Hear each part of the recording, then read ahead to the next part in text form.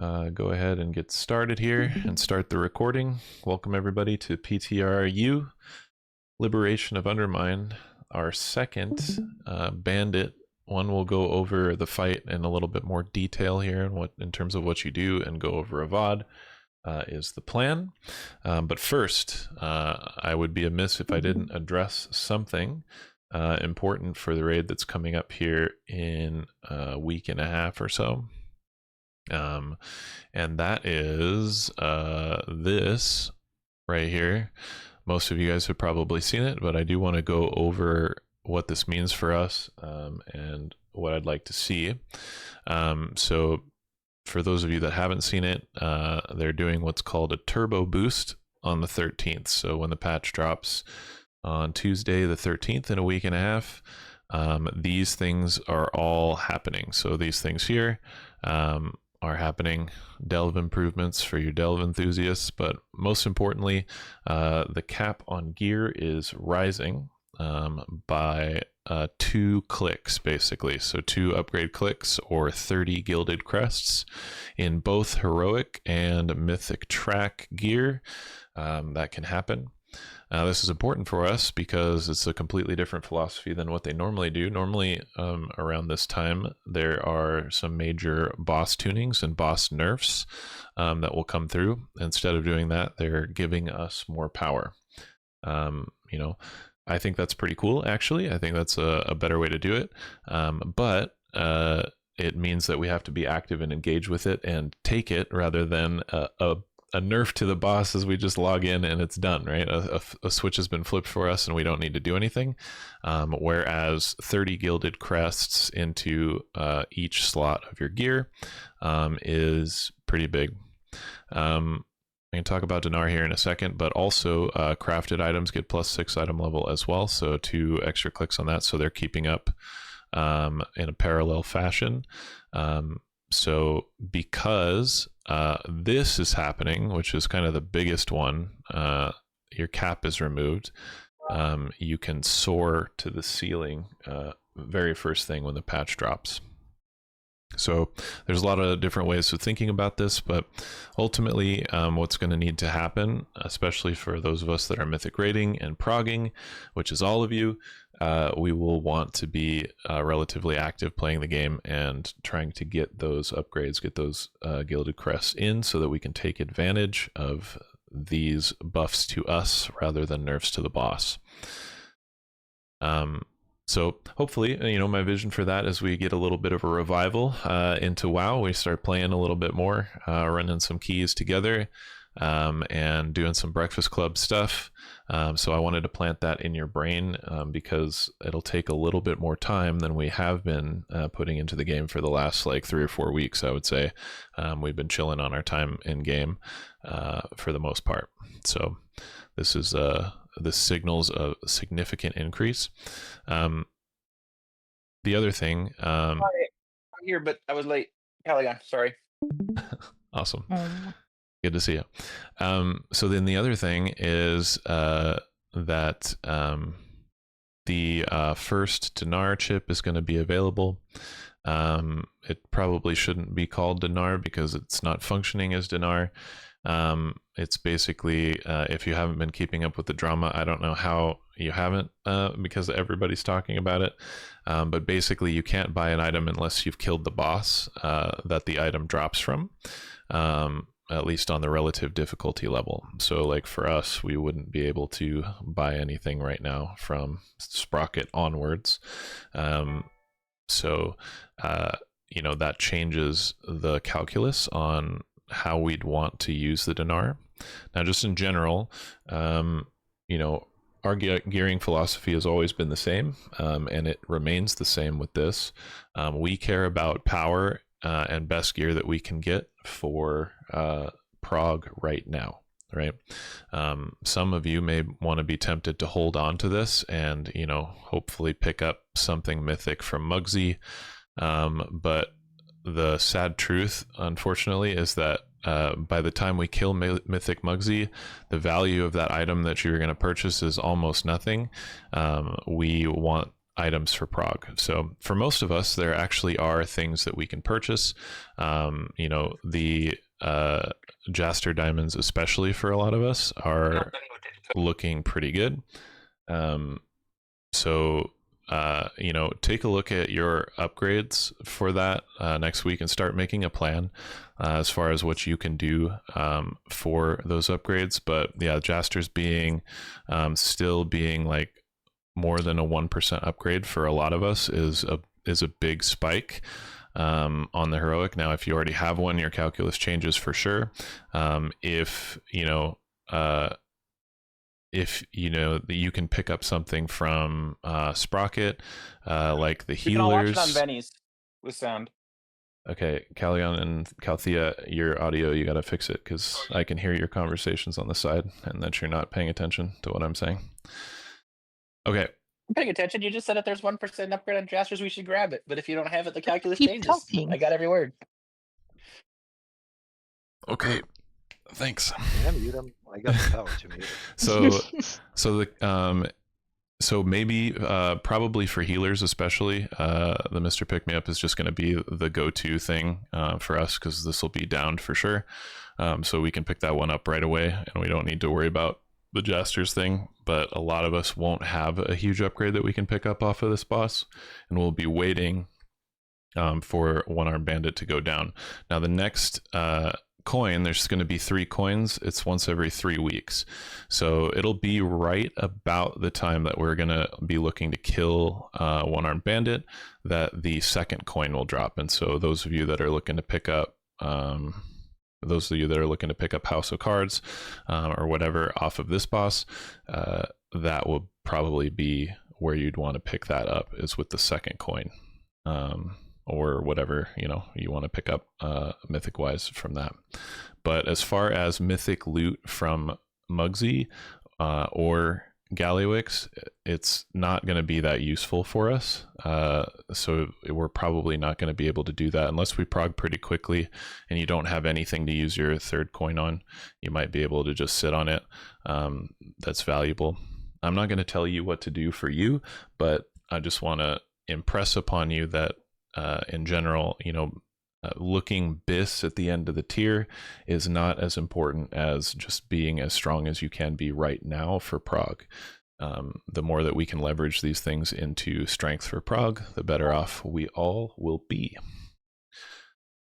So that's that. Any questions about gearing before I move on to real boss strategy stuffs and how this is going to work? Mark your calendars.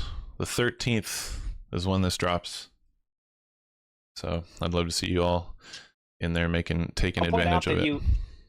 You'll get 3 total. So just send 2 real quick, and then your last one you can send on whatever. But 2 will be the 2 trinket slots you need for prog. Send them, and then have your dreams with your third one. Yeah. Right. Yeah, you pretty much reiterated in different words what I said. Yep. Perfect. Okay, so if there are no questions about gearing and the turbo boost and the philosophy and all that, we will move on. Okay, so One-Armed Bandit, we're going to be on this fight this week for sure.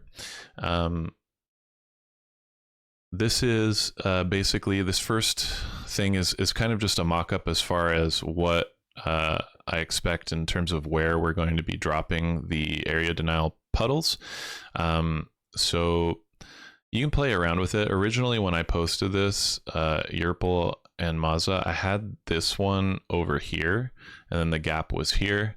However, since I've thought about it, I think it's probably better for setting up for the last phase to put the gap here and put the coil here. However, there's room for us to play with that. Either way, you want a gap up here and to put the things there.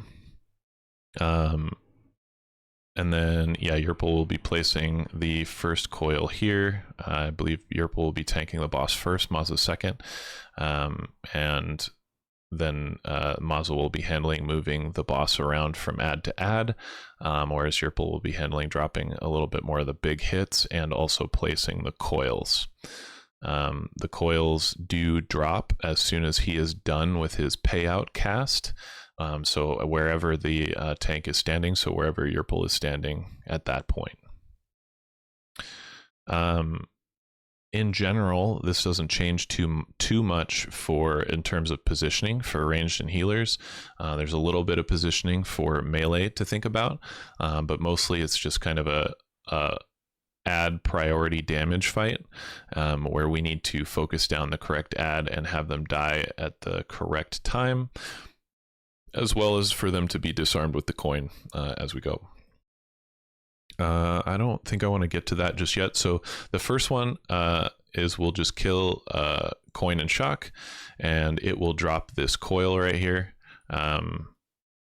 So this is the one that actually sucks you in. And remember, whenever the boss does spin to win and drops the ads, every coil that is out activates. And so this one's going to be out the whole fight. So when the ads come out, you're actually going to be sucked just a little bit and dragged towards the coil and take a little bit of damage. So that'll be a little bit different in terms of what you're used to from the order and what you feel during the fight. However, it is the best way to do it and the easiest way to do it. In general, I would say tanks, let's just focus on let's try, at least at the beginning, a left to right strategy. So if the ones that we want to kill are this guy and this guy, right, then we would start on this one, right, and then drag across. Ranged, you are always starting on the one that the boss is not next to, so the other priority ad and the other coin. This one, if you're a dot class, you can definitely dot this one up. That's totally fine, but range, this is your priority. And then melee can swing around here, and we can pick up this last one. The reason we want to end over here typically is because we're going to be dropping a lot of ads and coils and things over here, so Yerpul's more in position for that. However, Yerpul can just leap over here and drop this coil in the position that it needs to be on the first set. So if the first ads that we need to kill are this guy and this guy instead, then we'll still go from a left to right strategy. You'll just take it to this one first for melee to cleave off of, and then to this one. And then ranged will dot this one up, and then ranged will finish this one off while we finish and place the boss over here for melee to finish off. But basically it's going to be about, it's going to be really important for us to use our cooldowns well on these ads and also get our targeting down so that these ads are dying at the appropriate times. The priority ads, right, are the ones that we need to dunk, so we have a very limited time frame for when those need to die. Remember, if we start on this one, Vex and Spoomy, you are staying behind when it dies to dunk it. Tanks, as soon as you're sure that this is going to die to dots and whatever random cleave at, you know, like 15, 10% or whatever, you can leave and go to the next one. You don't need to wait for this one to be dead. We got to move quickly and get that cleave onto the next ad as quickly as possible. So yeah, Vex and Spoomy will stay behind, pick up the coin that drops and dunk it into the boss. And then Cavil is going to be managing the second one. And dunk that at the correct timing. Remember that he only has like a half-second window to dunk that. It needs to be after 1 second on the time limit and before a half-second. So he has like, yeah, just between 1 second and a half-second, somewhere in there, he's looking to dunk. So he's managing that for us. And so that's the way that looks. Now, ranged, you're also getting the big hit. And so you should look to drop that along the left edge just in general. Really anywhere along here is totally fine as long as you make it to the left. Having a lock gate between, you know, here and here so that the melee can help out with the far ads if we need to, like, clean them up pretty quickly, that can be pretty clutch. And then having a lock gate from here to here can also be pretty clutch, just so that we can get those done. So something to think about there for Kalidai and Void. Something to keep in something to keep in mind for all of you ranged people is that this coil is very easy to click while you're dodging tornadoes and whatnot. it's very easy to click. So you want to be very careful not to click it, because it will one-shot you, and it will also activate the drag in for everybody, and we'll get extra suck and extra damage on the raid. So no clicky. Be very careful with where you place your mouse. Don't be like me and just accidentally take the gate and accidentally click on stuff and one-shot yourself. This is very common. This happens all the time for prog guilds. So if we could get over that hurdle quickly and understand that and be aware of that from the get-go, we could give ourselves a leg up. That'd be great. The other thing for you guys to know about these ads is that we Really do, quick question. Yeah. Sorry, does the gate still work? You could sorry, Thea, You're breaking up. You're asking if the lock gate works. bad connection. You got a bad connection. Does the lock gate work? Is her question. what do you mean?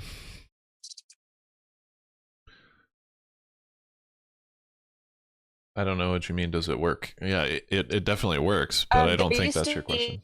Or there's an item that you can buy. Oh yeah. Yeah. Okay. So you're saying like use that item instead of trying to click it because you'll accidentally click the coil. Right. Okay, cool. She's still trying to chat with us, but yeah, she's got a bad connection. Sorry, Thea. But I think we answered your question. Yeah, that's a good idea. Definitely have that gateway control shard and use it whenever you need to take the gates from here forward. That is good stuff for sure. Okay, cool. And don't ever be sorry for asking a question. I love the engagement, so I appreciate that. The other thing to note is that these ads will be marked with something automatically because Ziddy has it enabled. We went over that in the week aura thing last week. So it will auto mark these, and there will be a kick rotation on these.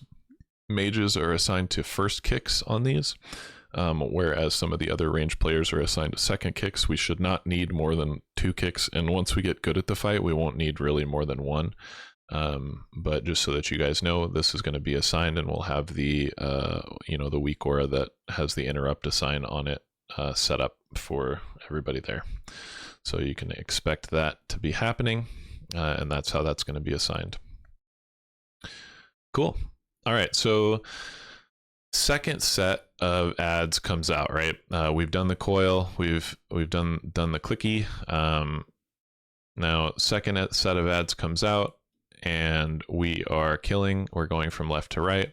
Let's just say in this hypothetical example, this is like kind of the tougher one, I would say, is that these two are the priority, these bigger ones. So tanks will drag the boss over to this one and work from left to right, whereas ranged and daughters will take care of this a little bit towards the end.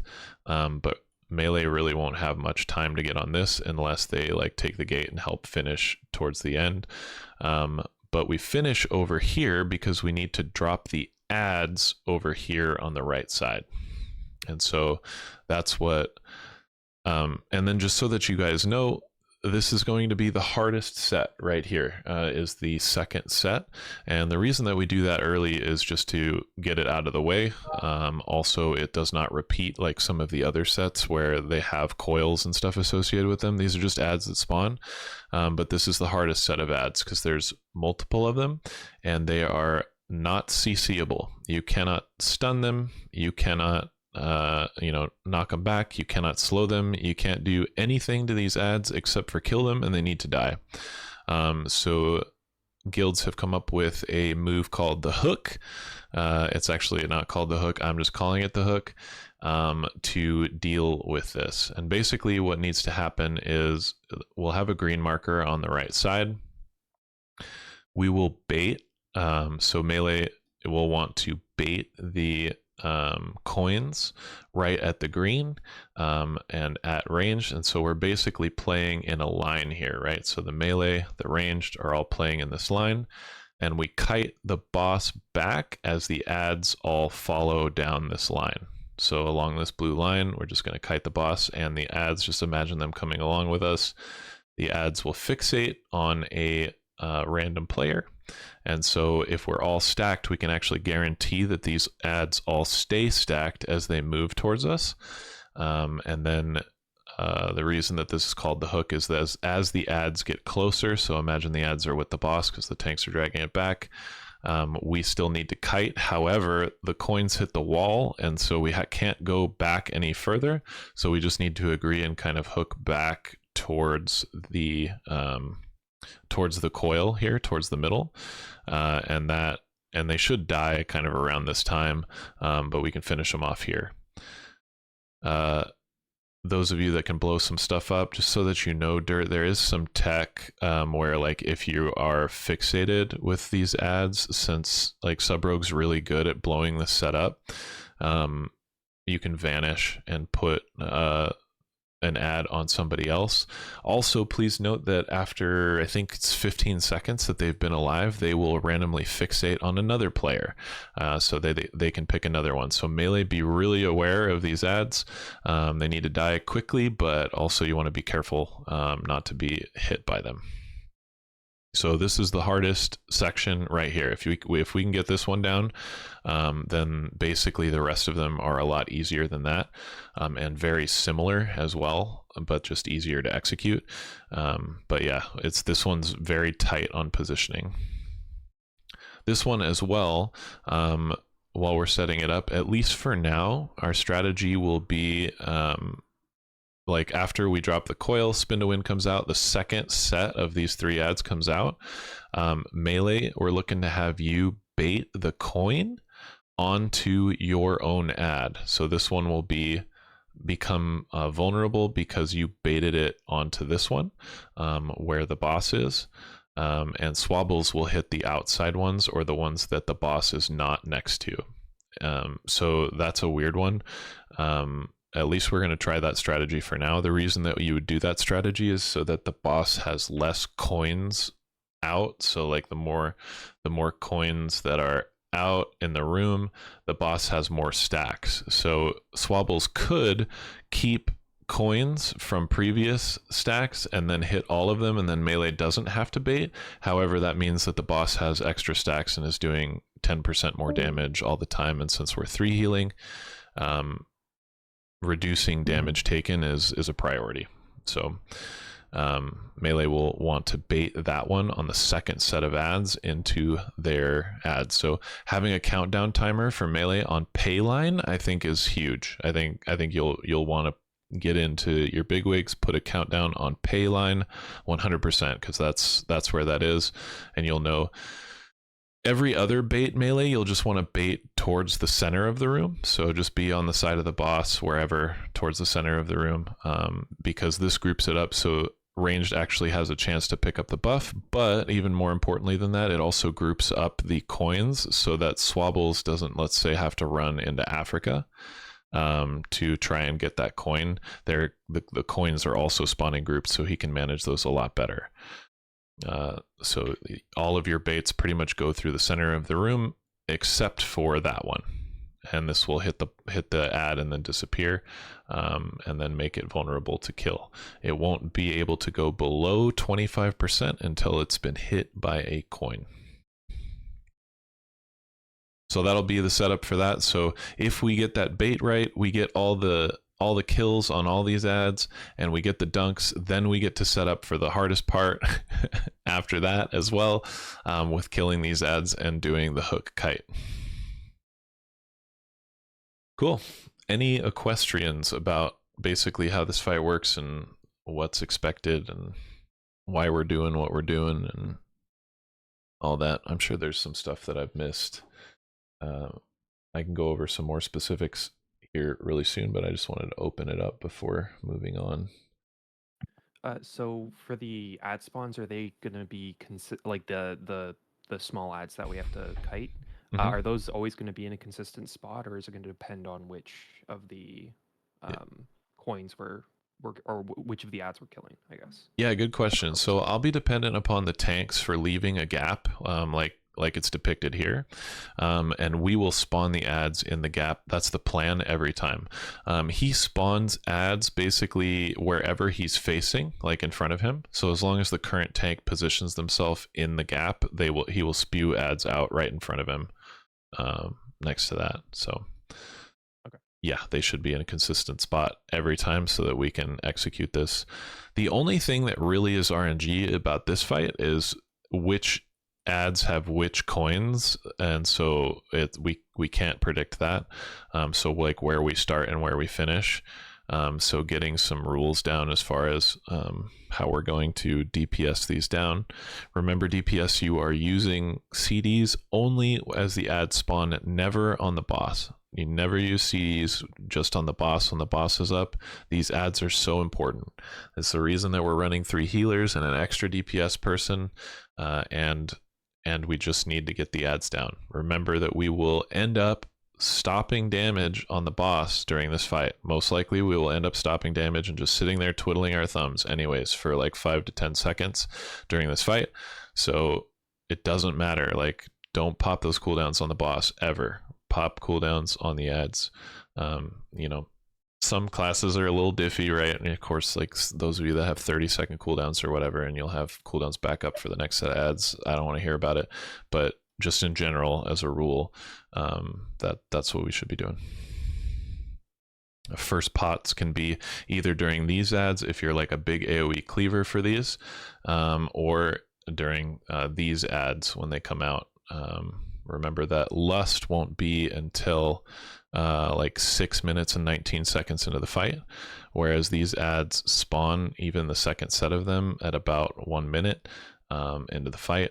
So you can actually pop pots on the second set of real assistants, these 3 guys, and still have them up for Lust at the end of the fight.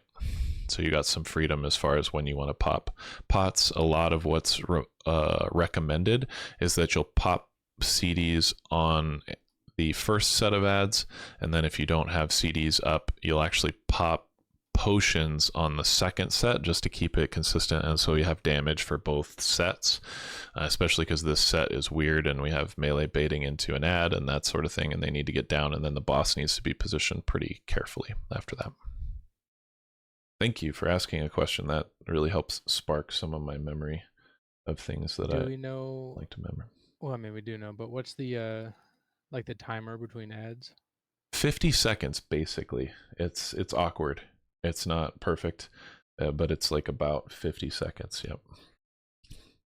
So some of you guys, as you're thinking about it right now, you're definitely going to be holding at some point. The first set of ads, I think, spawns at like 17 seconds into it.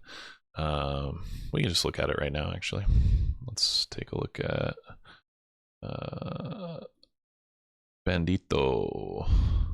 Okay, yeah, so first ad, spin to win, 17 seconds. Second set is at 110.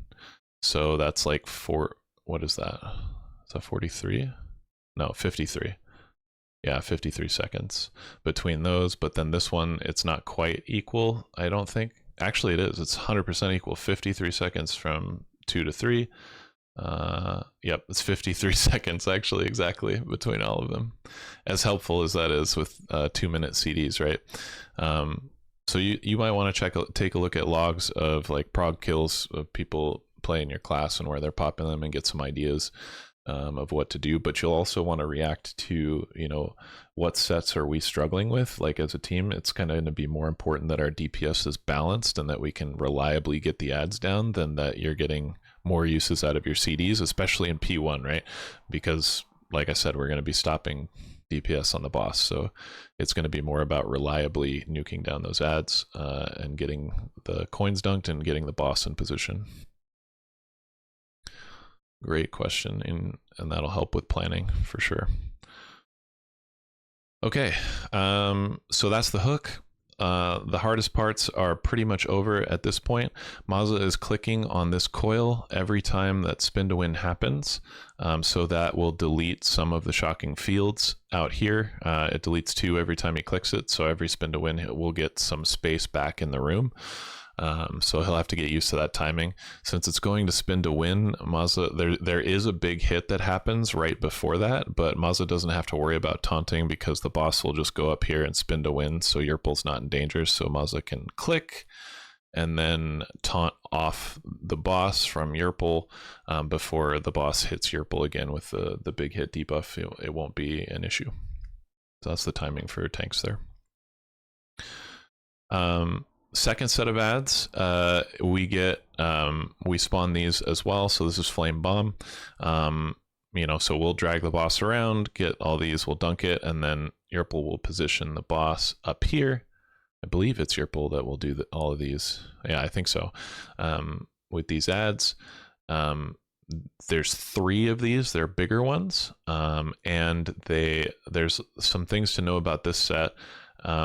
This is CCable, so we can group them up, CC them, and then ideally when they die, they do like a big explosion radius, and then they also send tornadoes out. So what we'd really like ultimately, like if we could have our cake and eat it too, we knock these ads to the wall as they die, and all of them die together. That way the tornadoes are easier to dodge because we've got a wider angle as they're coming out.